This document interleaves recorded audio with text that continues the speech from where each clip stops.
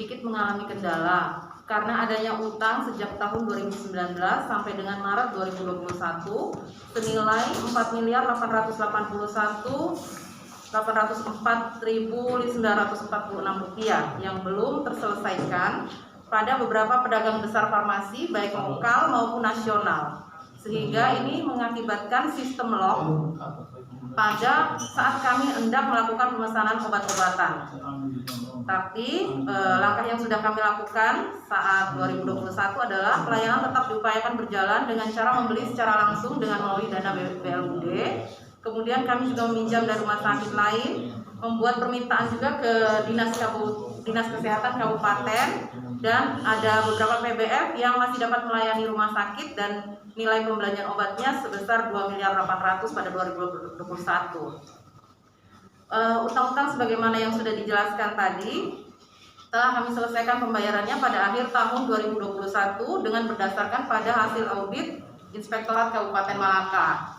Dan pada awal tahun 2022 ini rumah sakit sedang merencanakan dan melakukan pemesanan obat-obatan sebesar Rp1.992.000.000 sesuai pagu anggaran pada DPR rumah sakit tahun 2022. Dan rencana kebutuhan ini akan mengacu pada Peraturan Presiden Nomor 16 Tahun 2018 tentang pengadaan barang jasa pemerintah melalui e-katalog atau e-purchasing. Kemudian tentang yang beredar tentang ketenagaan atau tentang dokter, terutama ketersediaan tenaga medis.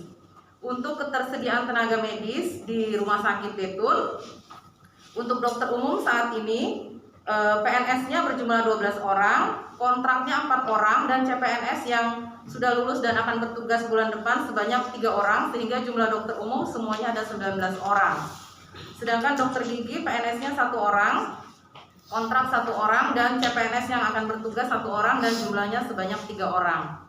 Sedangkan ketersediaan tenaga dokter spesialis sesuai dengan SK Bupati Malaka nomor 30/HK/2022 tentang pengangkatan dokter spesialis sebagai pegawai tidak tetap pada Rumah Sakit Betun tanggal 11 Januari 2022 ada sebanyak 8 orang, yaitu spesialis obstetri ginekologi 1 orang, spesialis bedah 1 orang, spesialis anestesi 1 orang, spesialis anak 2 orang, spesialis radiologi 1 orang, spesialis patologi klinik 1 orang, spesialis konservasi gigi 1 orang. Dan yang sedang diusulkan untuk menempati lokasi lowongan pada dokter spesialis di Rumah Sakit Betun adalah penambahan tenaga dokter spesialis sebanyak 3 orang yang sedang dalam proses.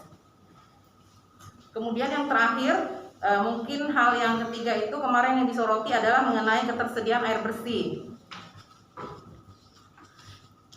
Yang perlu kami jelaskan adalah masalah tentang air yang utama yang terjadi di Rumah Sakit Betun setiap tahunnya adalah penurunan debit air di mata air yang dialirkan ke RSPP sekitar mulai Oktober sampai dengan nanti musim penghujan.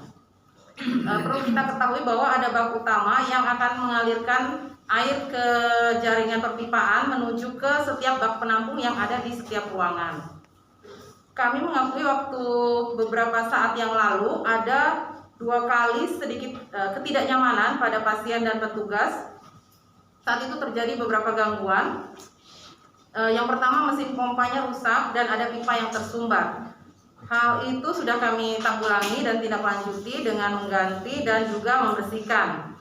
Dan rencana tindak lanjut yang berikut adalah kita akan mengusahakan untuk bor air sendiri saja, sehingga mungkin ini bisa mengurangi resiko yang timbul karena kekurangan debit air.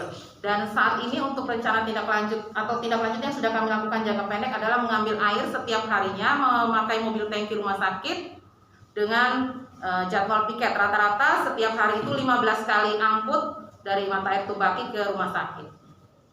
Mungkin itu hal yang kemarin kita bahas di rapat dengar pendapat yang perlu kami klarifikasi. Terima kasih.